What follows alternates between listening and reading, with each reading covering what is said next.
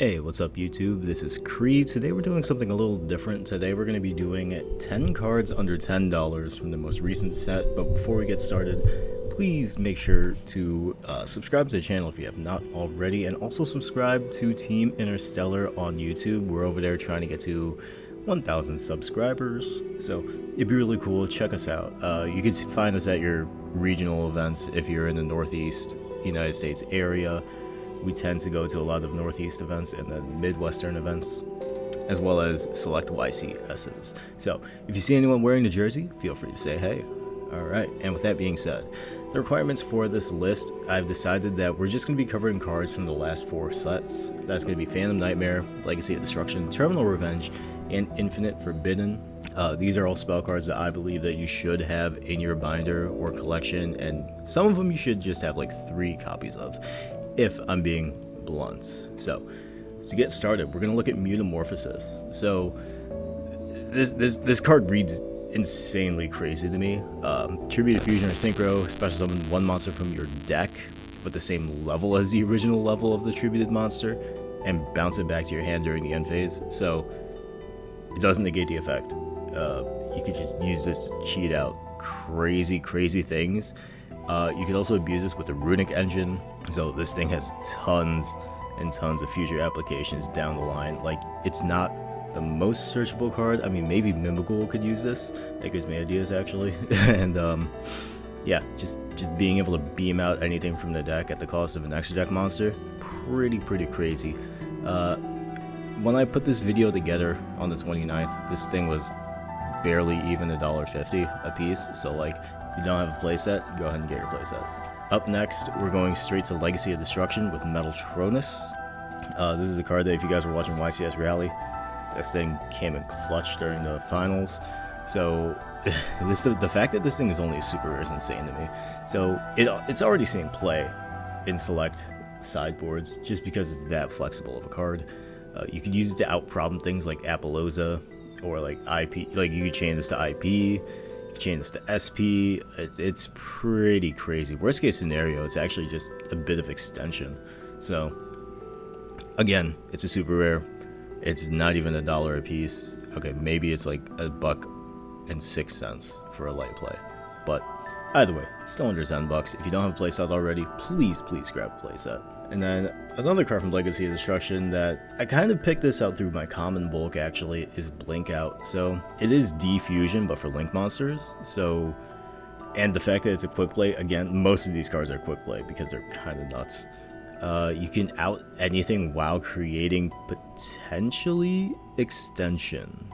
So like, if you're up against like a Sprite deck or something, and they have an IP on board, you just tag it at, like, you could blink out in response to IP or SP, and then immediately you get to special summon one of the materials if that material is in the graveyard.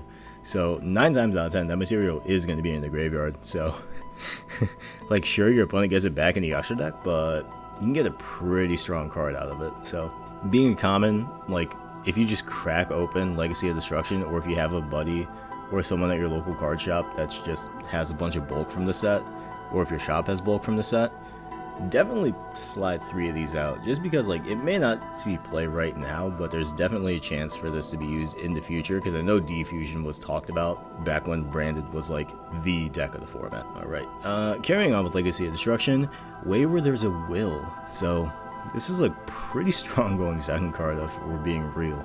So during the main phase, the turn player can activate this effect to excavate cards from the top of your deck up to the number of cards your opponent controls. If you do, add 1 to your hand. Also put the remaining cards and 1 card from your hand on the bottom of the deck in any order. And then during the end phase of the turn, any player excavated 9 or more cards at once with this card's effect. You can activate this effect to shuffle all cards your opponent controls and in their graveyard into the deck. So this, alright. So it sounds like it would never happen, right? However, when it comes to board breaking, this card can get a lot of things done. This card can force a lot of things to happen, and there's a reason this thing is seen play as a set rotation target, because even if you give it to your opponent, you can just play in a way where you're not putting 9 cards on the board, and then if you just open it and your opponent happens to have like 9 cards on the board after you force something out, pretty crazy. But also, what is pretty crazy is you just get to excavate and add a card. Like, sure, it's a neg1 technically, but as we've seen with cards like Pot of Prosperity, just being able to dig into your deck, especially if you have a deck that just uses 1 or 2 card starters, or 1.5 card starters, this card's kind of insane. So definitely have at least one, maybe even a playset. Up next with Terminal Revenge. This one is kind of cheating, in my opinion, when I made this video. However, we're still going to talk about it, and that's going to be Toy Box. So, Toy Box and the rest of the toy engine, that being Toy Soldier and Toy Tank, are all really cheap. Very powerful engine. All you do is you can just beam out a Toy Soldier and a Toy Box and set them face down. Or you alternatively, you can pop 2 cards in your own spell and trap card zone, and of course they trigger and summon themselves when they're destroyed. It is also a soft once per turn, which I learned the hard way playing against Whitewoods. So that is also pretty crazy. Or I'm sorry, White Forest now. But the fact that this thing gives you 2 level 4 light bodies in your spell and trap card zone, and then like once they're popped or sent to the graveyard from the spell and trap card zone, they just revive themselves and then they trigger their own effects on summon that way, is pretty friggin' crazy. So highly recommend. Grab a Toy Box, grab 3 Toy Box, and then 3 Soldier, 3 Tank as well, just because it's a little engine you can have for under 10 bucks. And it's, you know, we have the Souls package easily accessible now. Worst case scenario, you just use it as a very funny thing to do. Up next is Oil. So we're in the year of the fire. Worst case scenario, you can just use this for a goofy little fire deck, because you target 2 level 4 lower fire monsters with different names in your graveyard, add them in your hand, and that's up to 2. Even if you just have like the Ash Blossom in your graveyard, this is like bare bones worst case scenario. You just add it back to your hand with this, I guess. So worst case scenario, this card is a staple for future decks that are fire based. Best case scenario, we get some crazy fire cards in the future. Like, I know you could use it, technically you can use this in Tenpai to get a Genroku back to your hand and then trigger Genroku, so just sleep on that thought for a second. The last thing from Terminal Revenge we're going to be covering today is Snatch Steel. This is an amazing reprint. It's a great side deck option if you're going against unaffected monster decks. So anything with the Towers effect, like Expurli Noir, you can just activate Snatch Steel to equip, and then they're forced to chain to bounce it, because if a monster is unaffected by activated effects, equip spells are not activated effects, they're continuous effects. So bear that in mind. And the fact that they've reprinted it in Secret Rare makes me think that this card is probably going to be staying in Modern format. It's not going to be like last time where it came off for one format and then got banned immediately after again. This thing is probably staying. So definitely grab one. Or 3. Going into info, we have Vesper Gearu. So this is like diet evenly matched, if we're being honest. Once again, just like Snatch Steel, it gets around unaffected by activated effect monsters. And then it actually just gets around the unaffected monsters in general. It's pretty situational, but the effects on it are kind of devastating. So it is a common, thankfully, which is why it's like literal sense. You could use this to force things out. Like, unfortunately, your opponent is able to use cards and effects in response to this, as well as if they're under shifter, or if you're under shifter, this card just kind of sits in your hand like Droplet, because they have to go to the graveyard. But I mean, other than that, this card is kind of nutty. Like, I thought it was going to be a secret rare, and I was pleasantly surprised to see it as a common. So with that being said, it is going to be a 3 of in my staple binder. Next up, spell card Monster Reborn. So this is something that we were talking about on the team a few days ago. This card's nuts.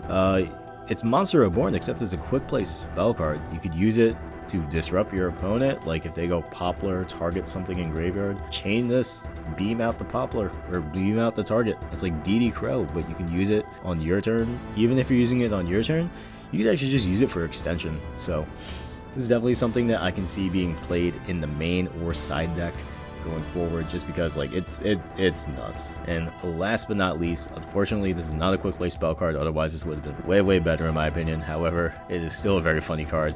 Spell card Soul Exchange from Infinite Forbidden. It's a lot more niche than spell card Monster Reborn, but it still has its uses. So like, if a Tribute Summon deck rotates back into the meta, this thing is going to be a crazy board breaker, just because unlike Soul Exchange, you don't like select one monster your opponent controls, you just blanketly get to tribute monsters your opponent controls. With that being said, y'all, this has been Kree with the first installment of 10 under 10. I'm probably going to do another one of these style of videos, but for Rage of the Abyss. So, with that being said, like the video if you found today's content entertaining, subscribe if you have not already to become a creamer, and subscribe to Team Interstellar on YouTube to support the team, and comment down below if any of these picks are things that you already have or you are now going to seek out. And as always, until next time, have a good time.